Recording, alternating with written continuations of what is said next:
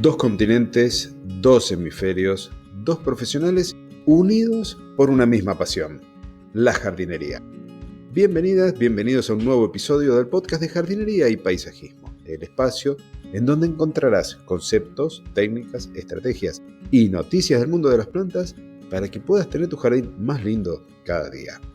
Hoy hemos preparado un nuevo programa, el siguiente de esta serie dedicada a conocer, reconocer y a tratar las plagas que llegan a nuestras plantas, como también, más adelante, a las enfermedades. Hola Fernando, bienvenido nuevamente a este espacio para seguir compartiendo información con quienes nos escuchan. Hola Claudio y un saludo para todos.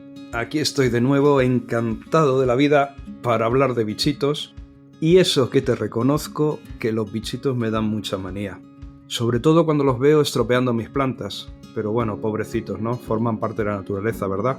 Y quizás son ellos los que piensan que nosotros los humanos somos en realidad la verdadera plaga de este planeta. Pero bueno, no nos vamos a poner filosóficos hoy. Hoy vamos a seguir hablando de los insectos chupadores y nos toca comentar las silas. Claudio, ¿qué te parece si comienzas tú con la introducción? Bueno, comenzamos entonces. Primero voy a hablar de los grupos, las familias y demás a las que pertenecen, como algún otro pequeño detalle. Las silas pertenecen al orden Hemiptera, al suborden Homoptera y a la superfamilia Psiloidea. Son plagas de reciente introducción a las zonas verdes. Estaban principalmente en la agricultura, sobre todo en los perales.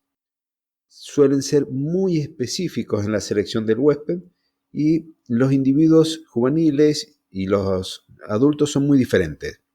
Tienen una forma ovalada, una cabeza ancha y aplanada. Se refugian bajo secreciones cerosas o lanosas, que ellos mismos son los que las producen. Y cuando se sienten así descubiertos, se desplazan muy rápidamente de un lugar a otro. Los adultos podríamos decir que tienen un aspecto parecido a los pulgones alados. Son más inquietos, saltan y vuelan con agilidad y con rapidez. Todos los estados, desde ninfa a adulto, se alimentan del floema de las plantas y, como también en el caso de los pulgones, prefieren las hojas y los tejidos tiernos. Tienen varios ciclos vitales a lo largo del año. Pueden ir desde uno, que es bastante frecuente, hasta tener 8 generaciones en todo el año si las condiciones climáticas son favorables para ellos.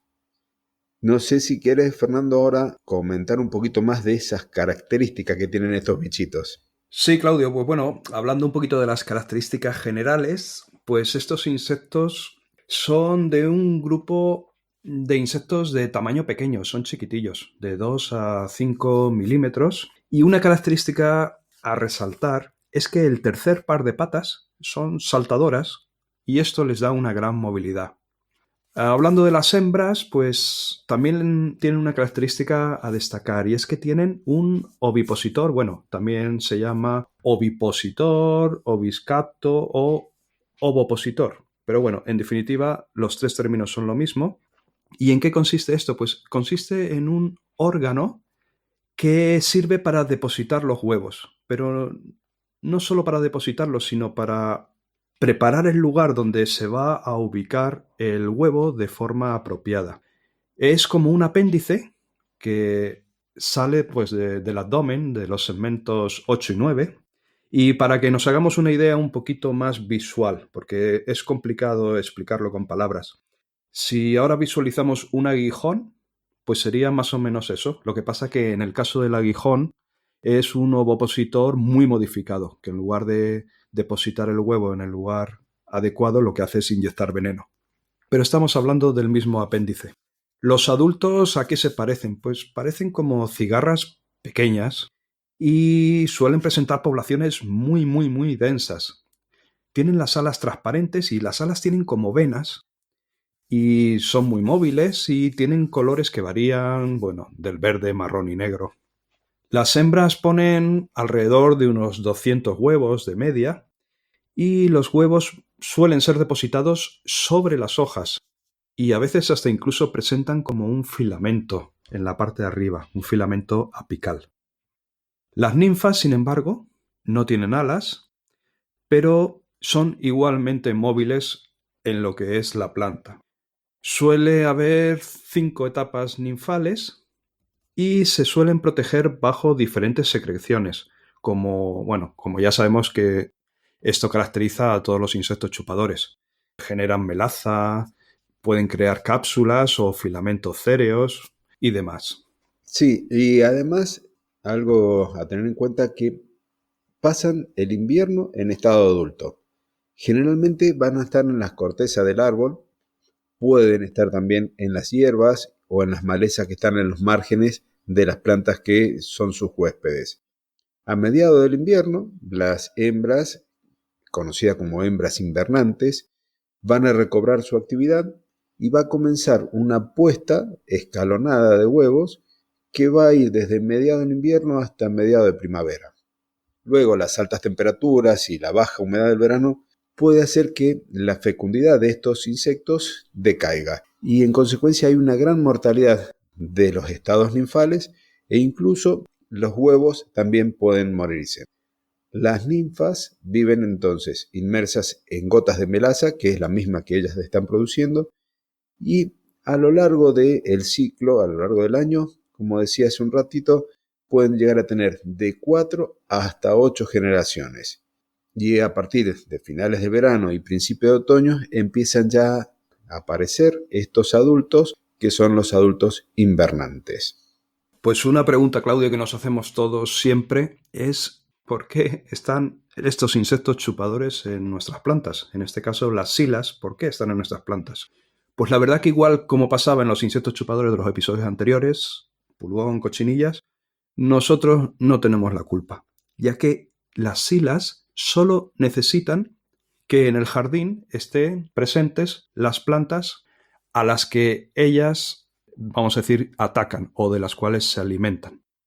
Sin embargo, en este caso, en el caso de las silas, a diferencia de los anteriores insectos chupadores de los que ya hemos hablado, la mayoría de las silas son monófagas y muy específicas, es decir, las encontramos en plantas concretas y por eso muchas silas reciben el nombre de la planta a la que atacan.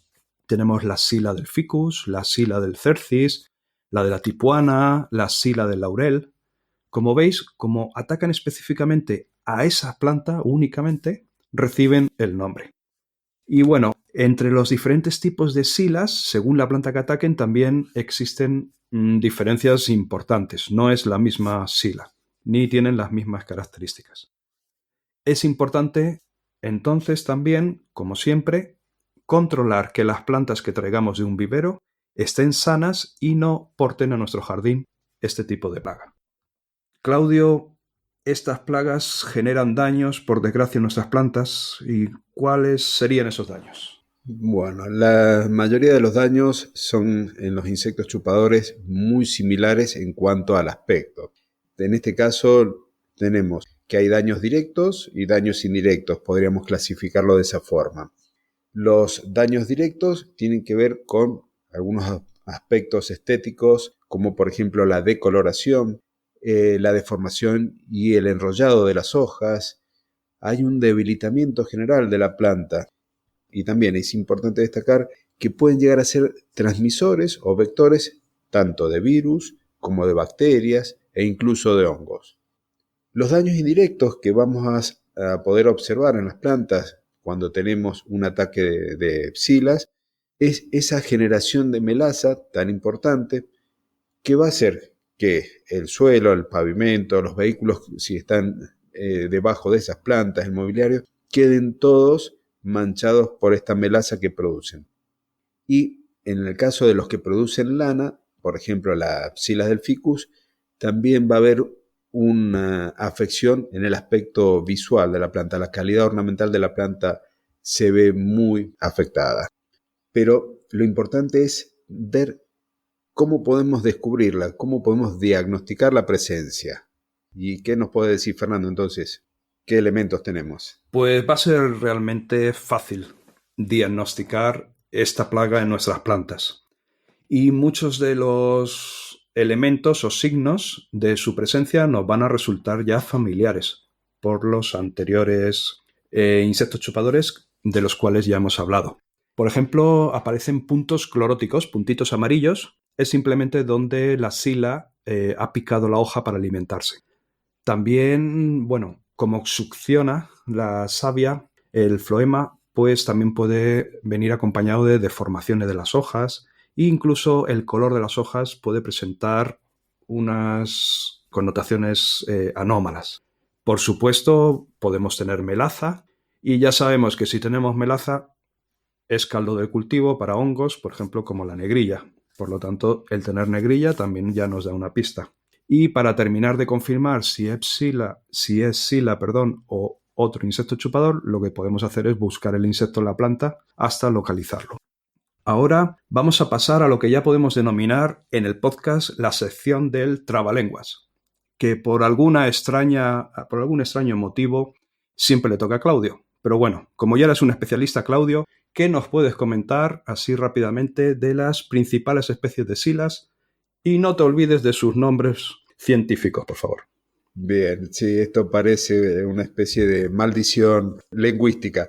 Todavía no comprendo las razones de la complejidad de los nombres, aunque en este caso, como bien decías hace un ratito, Fernando, las plagas de Psila son tan, pero tan específicas con sus hospederos que incluso el nombre latino en muchos de los casos hace referencia a ello. Voy a comenzar con los más comunes y se va a poder ver esto que digo yo del nombre. La psila del laurel es la Triosa alacris. En el caso del Fraxinus, la psila que tenemos se llama Psilopsis fraxini. Y ahí estamos viendo ya esta especificidad. La Cacopsila pulquela es la psila del cercis. La Eufilura olivina es la del olivo. La Macromotoma gladiata es la famosa psila del ficus, la que hemos nombrado ya en 2 oportunidades. La Platicorifa nigrivirja es la de la tipuana. Y también la que es más conocida, que es la quizás es más común porque ataca al peral, es la Cacopsila pire. Hay una más que es la psila de la albicia, que es la Ascicia jamatónica, y es la que tenía el nombre más complicado porque tiene C, doble Z y demás. Ya pasé el trabalengua, Fernando, ya nombré las especies más comunes, ahora vamos a continuar con los métodos de control, que quizás es la parte que más les interesa a nuestros oyentes. Venga, pues introduzco los métodos de control mientras tú te secas esas gotitas de sudor después de este trance. Y bueno, lo más importante, como siempre, en todas las plagas de insectos chupadores es la prevención, ¿vale? Entonces, bueno, como ya hemos comentado, asegúrate si traes alguna planta del vivero que esté sana y que no porte la plaga a tu jardín.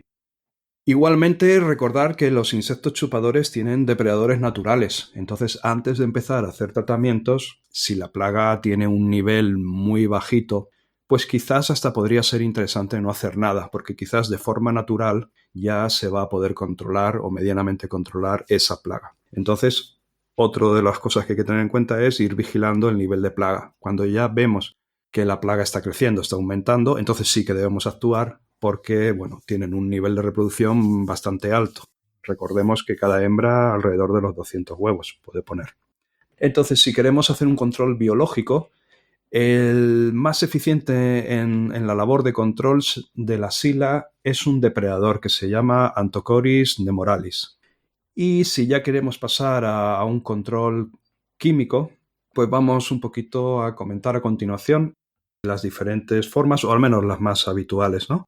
Y empieza, si quieres, Claudio, con la endoterapia. Bien, sí, cuando hablamos siempre de control químico, tenemos 2 formas más habituales de aplicarlos. Quizás la mejor es la endoterapia, que es aquella en donde se inyecta el producto a baja presión dentro del mismo torrente, dentro del mismo haz vascular de las plantas, y este producto se va a mover, se va a trasladar dentro de la planta junto con la savia. El insecto que se alimente de ella o que coma sus hojas va a terminar ingiriendo el veneno y va a terminar muriendo.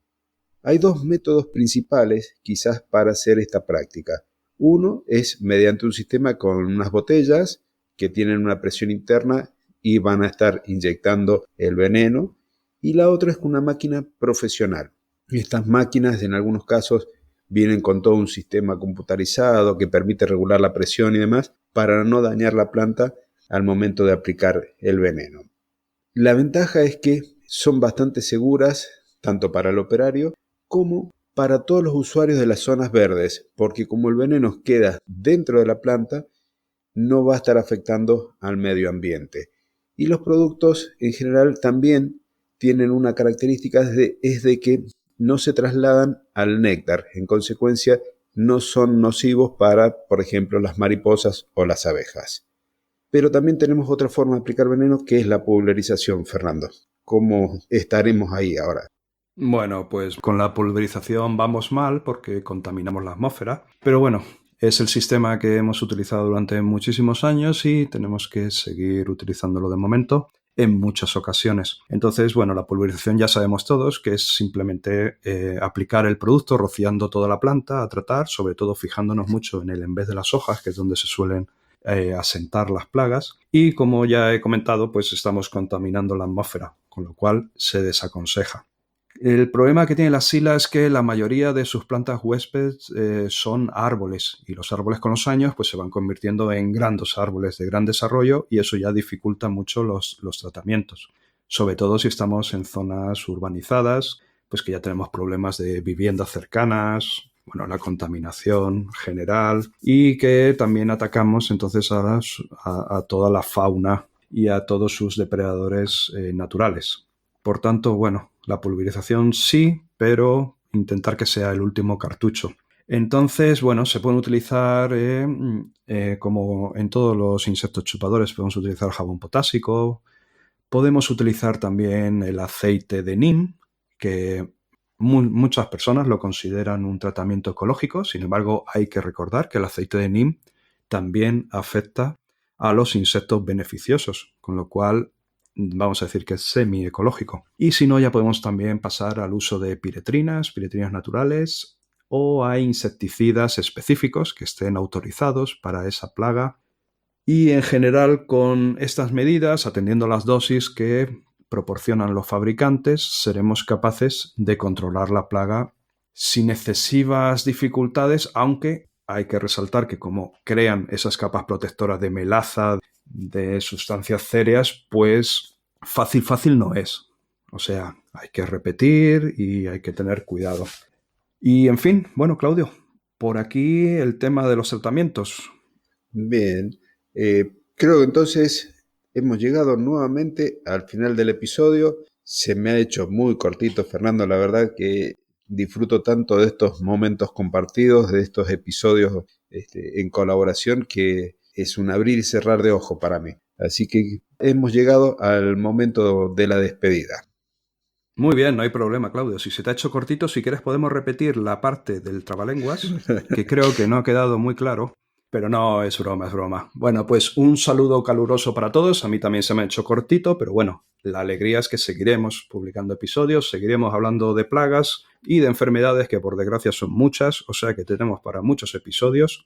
Así que seguir el canal, seguir el podcast porque tenemos mucho que hablar.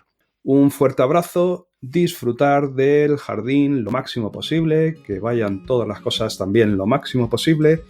Y hasta el próximo episodio. Bien, gracias Fernando. Gracias a ti, querido oyente, que estás del otro lado, que nos motivas a seguir produciendo material de difusión cada semana y los especiales como este que hacemos con Fernando, porque nos das la oportunidad no solo de compartir y de disfrutar este momento, sino de llegar a más audiencia. Y para llegar a más audiencia, te pedimos que le des el me gusta, que compartas el episodio, que nos dejes un comentario, porque eso nos ayuda con la difusión. Y si querés conocer más, si querés ver más información y demás, recordá que está el canal de YouTube y la página web de Fernando en personalgardenshopper.es, igual que mi canal de YouTube y la página web mía, la de claudiodorato.com. Gracias nuevamente por haber llegado hasta acá y es el momento de despedida. 2 continentes, 2 hemisferios, 2 profesionales unidos por una misma pasión.